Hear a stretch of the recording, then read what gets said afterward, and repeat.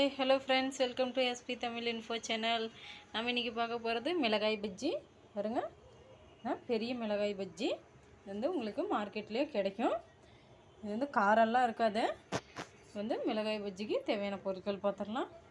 தேவையான அளவு எண்ணெய், 2 டேபிள் ஸ்பூன் அரிசி மாவு, 1 கப்பு கடலை மாவு, தேவையான அளவு உப்பு, 1 சிட்டிகை பெருங்காயத்தூள். உங்களுக்கு காரம் வேணும்னா 1/2 டேபிள் ஸ்பூன் மிளகாய்த்தூள். மிளகாய்த்தூள் போடணுன்னு அவசியம் இல்லை, உங்களுக்கு தேவைப்பட்டால் போட்டுக்கோங்க. வாங்க ஃப்ரெண்ட்ஸ், இப்போ நம்ம வீடியோக்குள்ளே போகலாம்.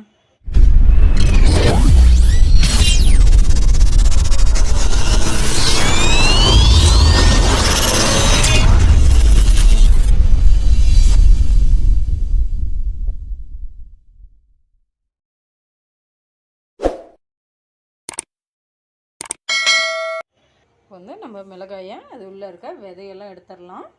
ஃபஸ்ட்டு கடையிலலாம் பார்த்திங்கன்னா உங்களுக்கு வந்து முழுசாக போட்டு தருவாங்க. உங்களுக்கு அப்படி வேணுனாலும் 2ஆக கட் பண்ணிக்கோங்க.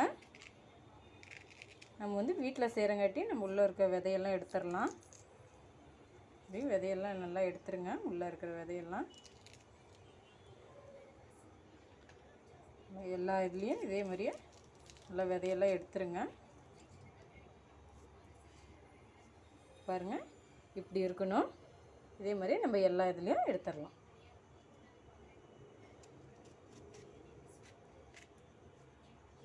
பாருங்கள் ஃப்ரெண்ட்ஸ், எல்லா மிளகாயில் இருக்கிற விதையெல்லாம் எடுத்தாச்சு. பாருங்கள், எல்லாம் எடுத்து வச்சாச்சு. இப்போ நம்ம பஜ்ஜி மாவு ரெடி பண்ணிடலாம். இப்போ ஃபஸ்ட்டு கடலை மாவு போட்டுக்கலாம்.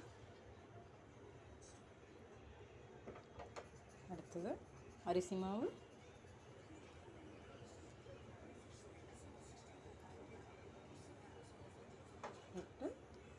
பெருங்காயத்தூள்,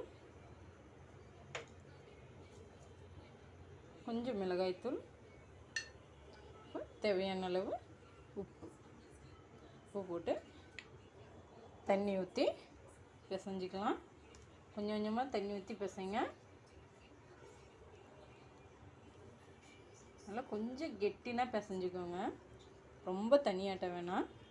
ஏன்னா மிளகாயில் மாவு நல்லா ஒட்டாது. அதனால் கொஞ்சம் கெட்டியாக பிசைஞ்சிக்கலாம். பாருங்கள் ஃப்ரெண்ட்ஸ், இந்த பதத்துக்கு மாவு நல்லா மிக்ஸ் பண்ணிக்கோங்க. பஜ்ஜி மாவு ரெடி ஆகிடுச்சு. இப்போ நம்ம கேஸ் ஆன் பண்ணிடலாம். கேஸ் ஆன் பண்ணி கடாயை அடுப்பில் வச்சுருங்க. கடாய் நல்லா சூடாகிருக்கட்டும். கொஞ்சம் கடாய் சூடாகிடுச்சு. எண்ணெய் ஊற்றிக்கலாம்.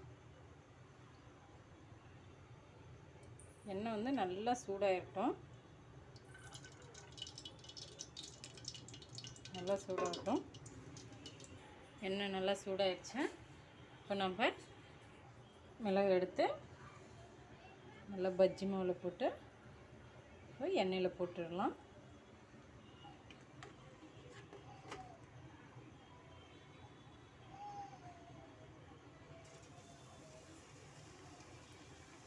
இதே மாதிரியே எல்லாத்தையும் போட்டுடலாம். இப்படி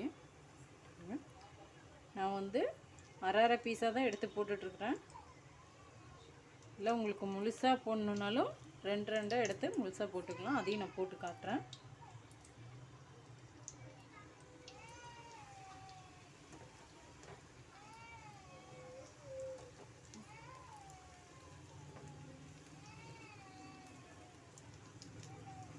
அந்த சைடு நல்லா வெந்துடட்டும். பாருங்கள், ஒன் சைடு நல்லா வெந்துருச்சு. இப்போ நம்ம திருப்பி போட்டுக்கலாம்.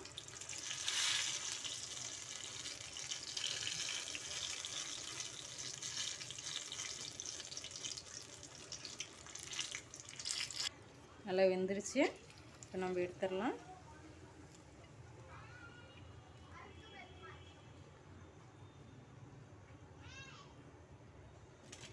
பாருங்கள் ஃப்ரெண்ட்ஸ், நல்லா எண்ணெயெல்லாம் குடிக்கலை. ஏன்னா இதில் நான் வந்து சோடா, உப்பு, ஆப்பா சோடா எதுவுமே நான் கலக்கலை. நல்லா பாருங்கள், அதெல்லாம் கலந்திங்கன்னா உங்களுக்கு வந்து எண்ணெய் நிறைய குடிக்கும். இப்போ அடுத்தது போட்டு எடுத்துடலாம். நம்ம இதே மாதிரியே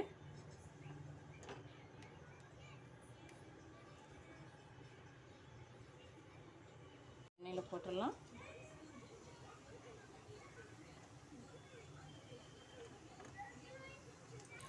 பாருங்கள் ஃப்ரெண்ட்ஸ், முழுசான மிளகாய் பஜ்ஜி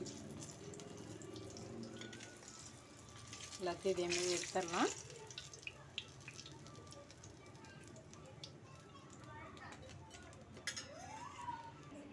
பாருங்கள் ஃப்ரெண்ட்ஸ், சுவையான மிளகாய் பஜ்ஜி ரெடி ஆகிடுச்சு. இது வந்து ஒரு ஈவினிங் ஸ்நாக்ஸ் தான். நீங்கள் ஈவினிங் டைமில் செஞ்சு கொடுக்கலாம். இது கூட சட்னி, தேங்காய் சட்னி வச்சு கொடுத்தா ரொம்ப டேஸ்ட்டாக இருக்கும்.